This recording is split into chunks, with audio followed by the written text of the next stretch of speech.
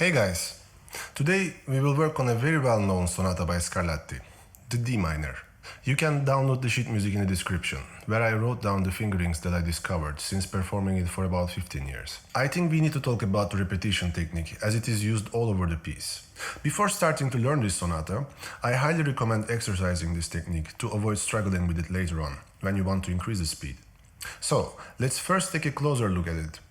When playing repetition, I like to imagine hitting the key instead of pressing it. Because pressing is a slower movement, and the key would naturally come back more slowly. Now, imagine hitting the key with your fingertip, then second finger, and then the first.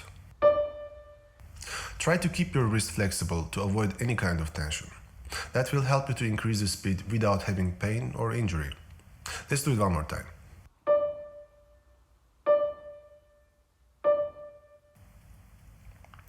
After that, start repeating this combination in a slower tempo.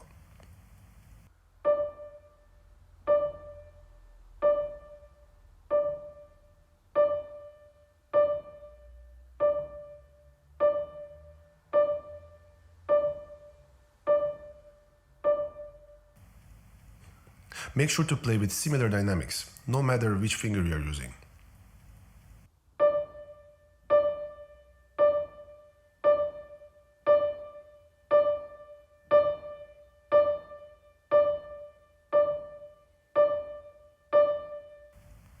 If the keys were very hot, imagine how quickly you would hit and run away.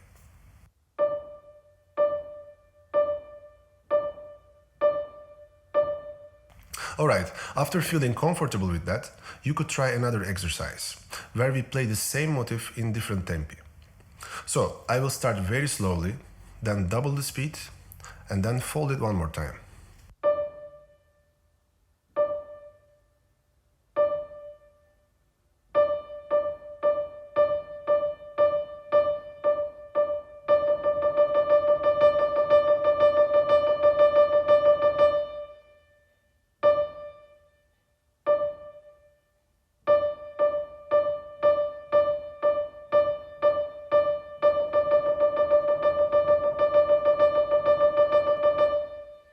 Try this exercise for a while. It will improve your repetitions very quickly.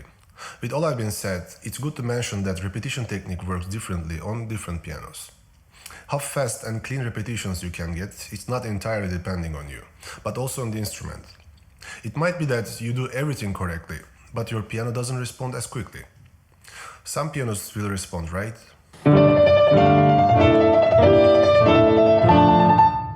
some okay,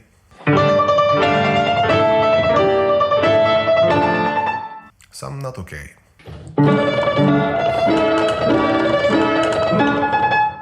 Some too good to be real.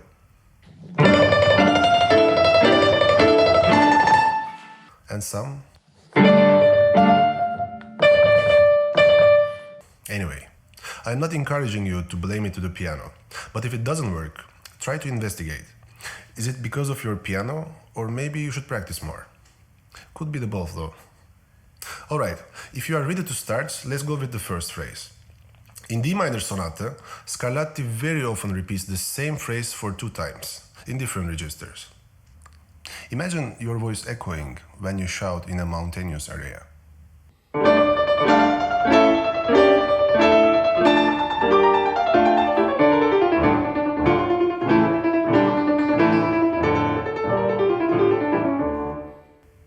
First of all, I highly recommend playing everything very slowly when practicing this piece.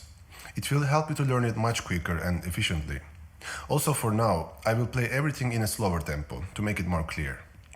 Later in this video, you will see me playing as I would perform it. Okay, let's start with the right hand.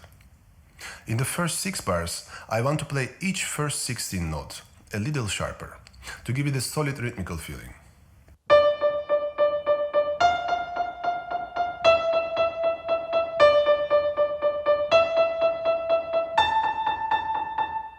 In the next 3 bars, I will eliminate the sharpness and play softer and more legato.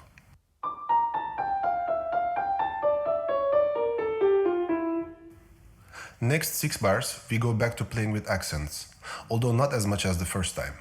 as this part will be a reflection.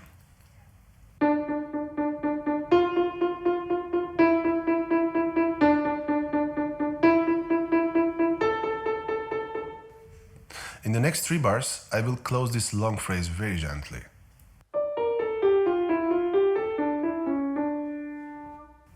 Alright, now I will play the whole first phrase, only with the right hand. Remember to keep your wrist very flexible.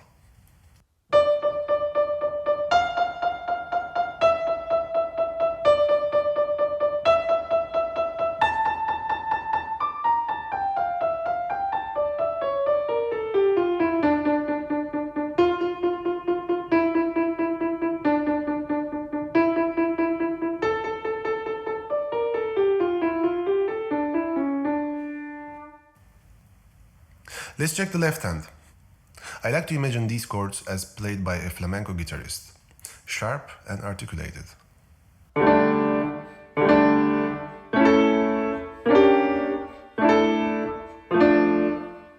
Let's not forget to play a little softer from here on, as we want to cooperate with the right hand.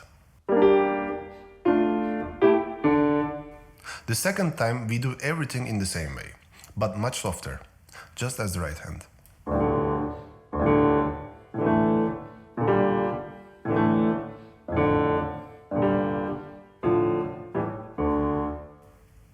Before I put them together, make sure to play the left hand stop voice at the same time with the right hand's first 16 note. Basically, you need to start a little earlier with the chords.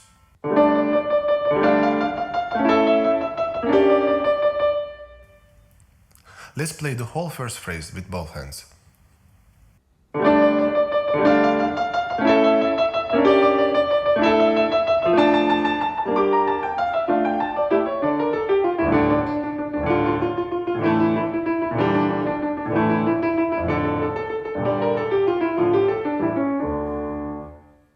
Let's continue with the next phrase.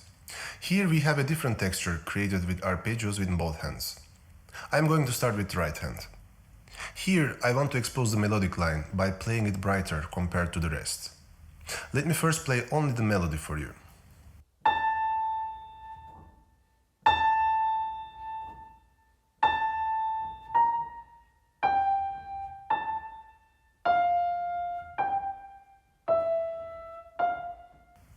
Now I will play the melody more exposed and the rest much softer.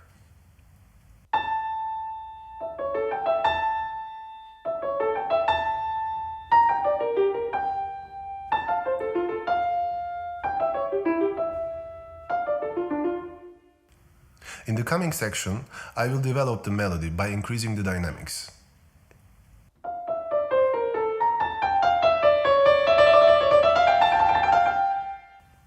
As you see, these 2 bars are repeated 1 to 1. Therefore, the second time will be softer, to stimulate a reflection.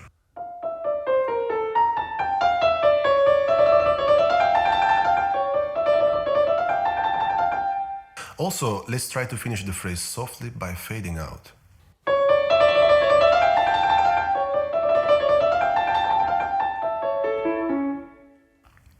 Now let's once play the whole second phrase with the right hand.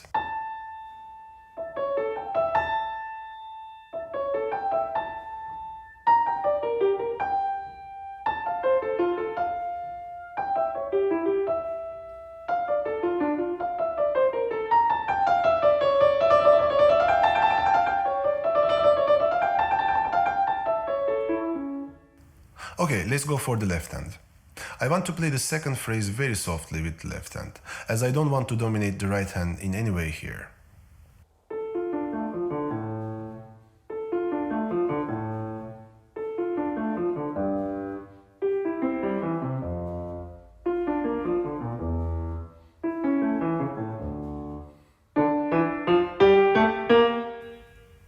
Here, let's not forget the reflection again.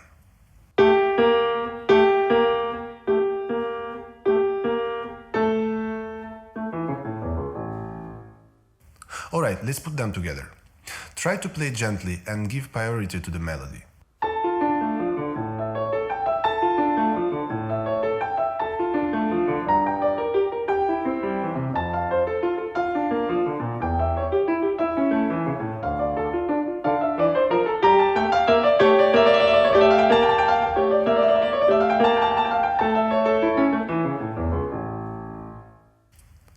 next phrase, we go back to the repetition technique.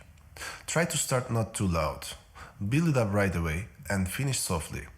After that, repeat the same plan, this time much softer, as if it is coming from very far.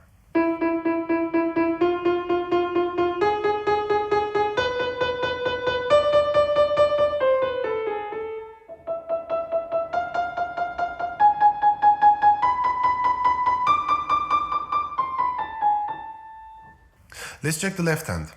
As you see, we have two layers. I like to expose the bass because it helps to make it sound much richer.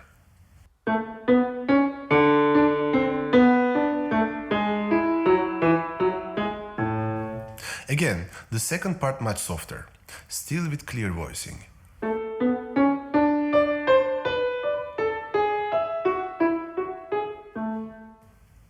Good. Now let's put them together.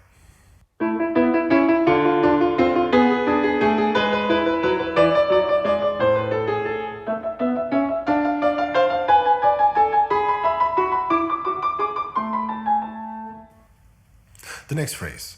This one is quite different than the rest. It is continuously building up, so it is essential to start as soft as we can, to have the space to build it up effectively. Right hand first. What I find challenging here is to expose the upper voice without compromising the articulation. Try attacking a little from above when playing the longer tones. It will help you to bring it out more comfortably.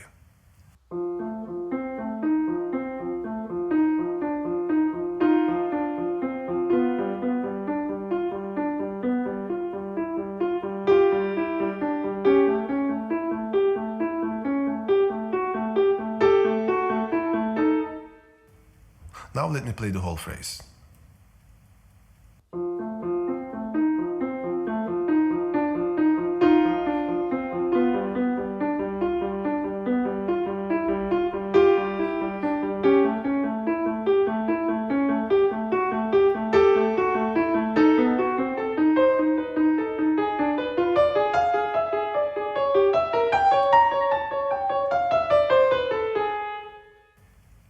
About the left hand, there is not much to say.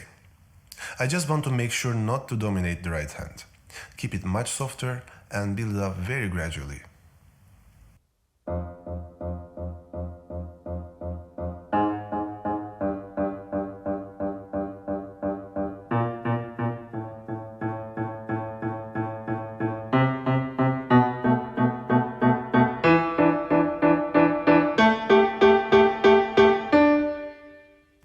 Let's put them together.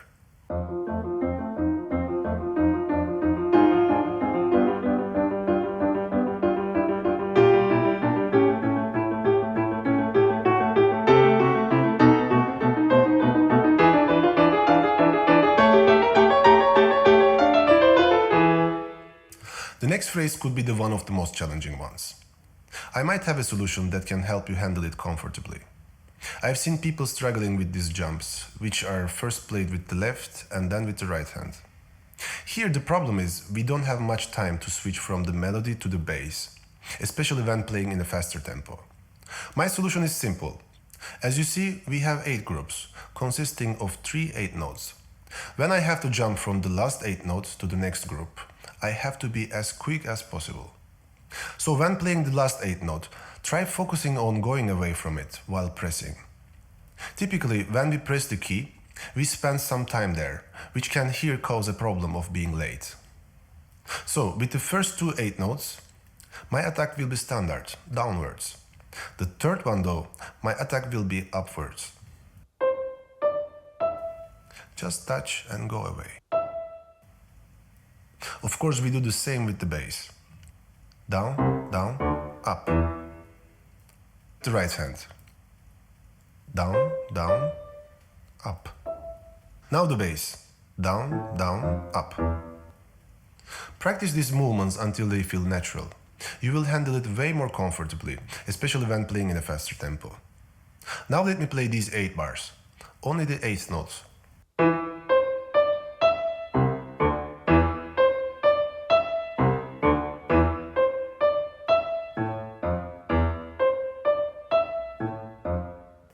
You know, if you can do it slowly, you can do it fast. Try mastering it slowly first. About the accompaniment, I will keep it very softly no matter whether it's played with the right or the left hand.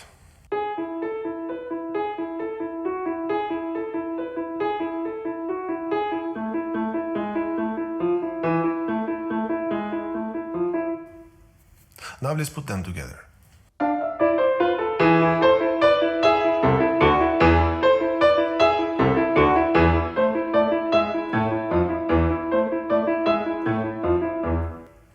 The last 6 bars. We have a few options. You could either play it very powerful to give the conclusion feeling,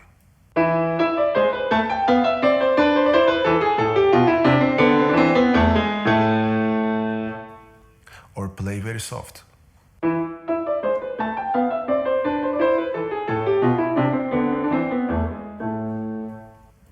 What I like to do is to start very soft and build it up right away.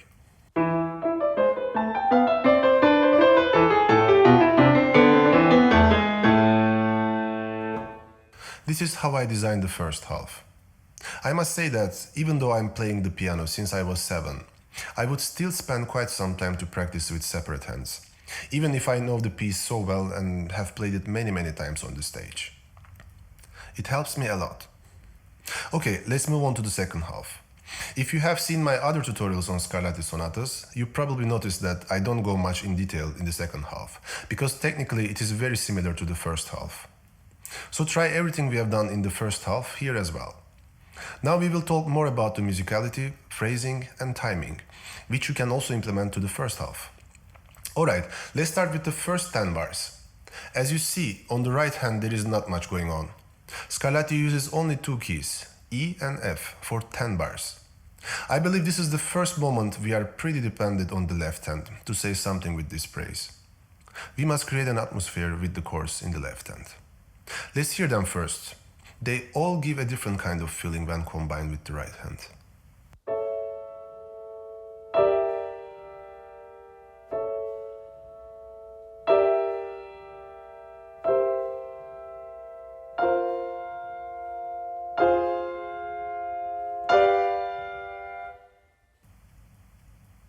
I find this beginning quite ambiguous. It isn't certain to me what kind of character I'm dealing with. I don't think it's melancholy, but instead feeling of worrying and discomfort.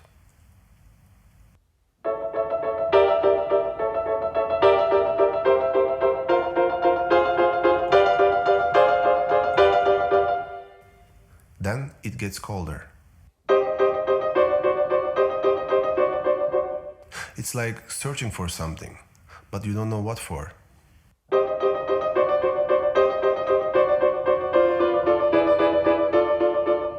And then it goes away.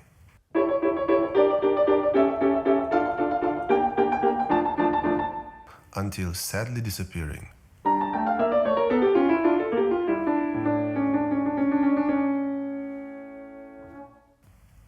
I like to put small accents on some of these chords, like small electroshocks.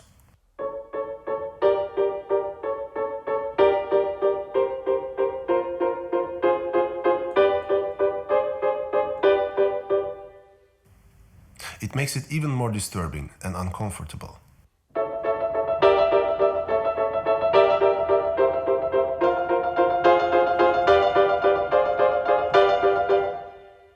Next phrase, we have the repetitions again, but slightly different than before. It is a much longer phrase. Therefore, I like to play this section a little freer. Instead of playing it in a stable tempo, I will start very slowly and follow with a dramatic increase in speed.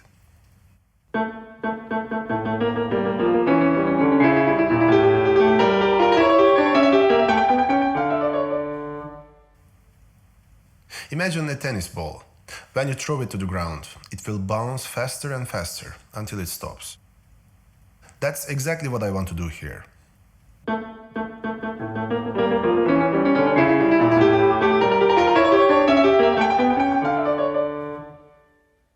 The next phrase, the plan is pretty much the same as in the first half. I'll start very softly and increase the dynamics towards the end of the phrase. This time though, I'll be more generous with increasing, because we are almost arriving towards the end. Would be nice to make it sound slightly different than the first half, and also to make it clear that we are about to finish. Now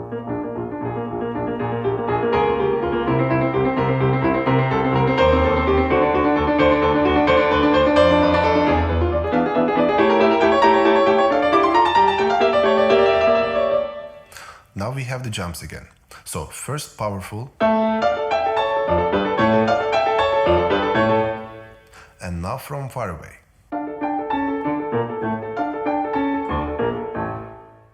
For the last phrase, I imagine our character is running fast towards us from far away, getting closer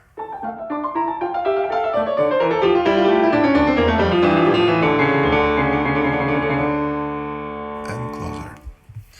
This is my general plan on how to play this sonata. I want to say a few words about pedaling. Although I think the pedals are essential tools in Scarlatti's music, in this specific sonata I will barely use them. I don't really want to have much of blur. Rather keep it very dynamic and dry. I will only show you a few places where I will use the sustain pedal. For instance, let's take a look at the beginning. I like to use the sustain pedal very shortly with these chords to make them sound more colorful. Make sure to touch the pedal very shortly, so the repetitions would sound very clear and without any blur.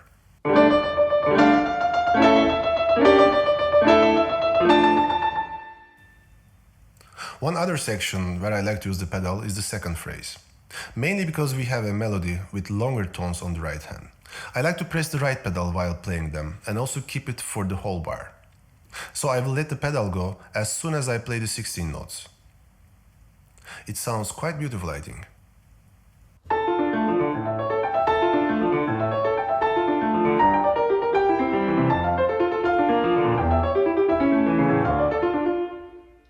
One other section where I like to use the right pedal is the culmination part.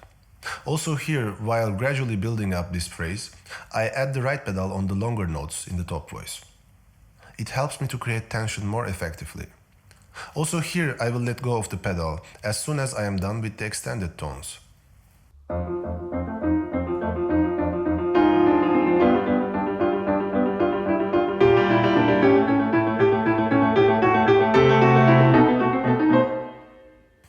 This is basically how I implement the sustain pedal in this piece. The left pedal could be used when you want to play very softly, but I will leave it up to you, as it is very much depending on the instruments and the acoustics. Now I will play the whole sonata for you. I will try to implement all the ideas I mentioned earlier in my playing. Okay, let's go for it.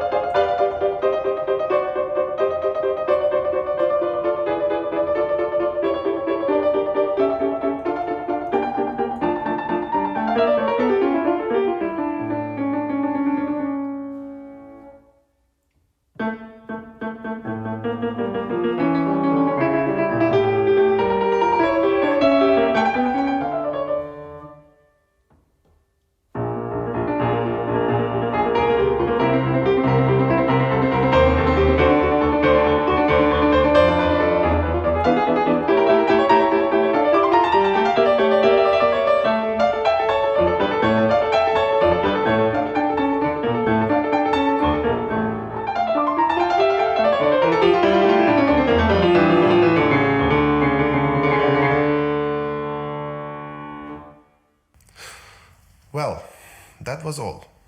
If you have any questions, let me know in the comments. I hope you have enjoyed it and it will be helpful for you. See you in the next one. Later.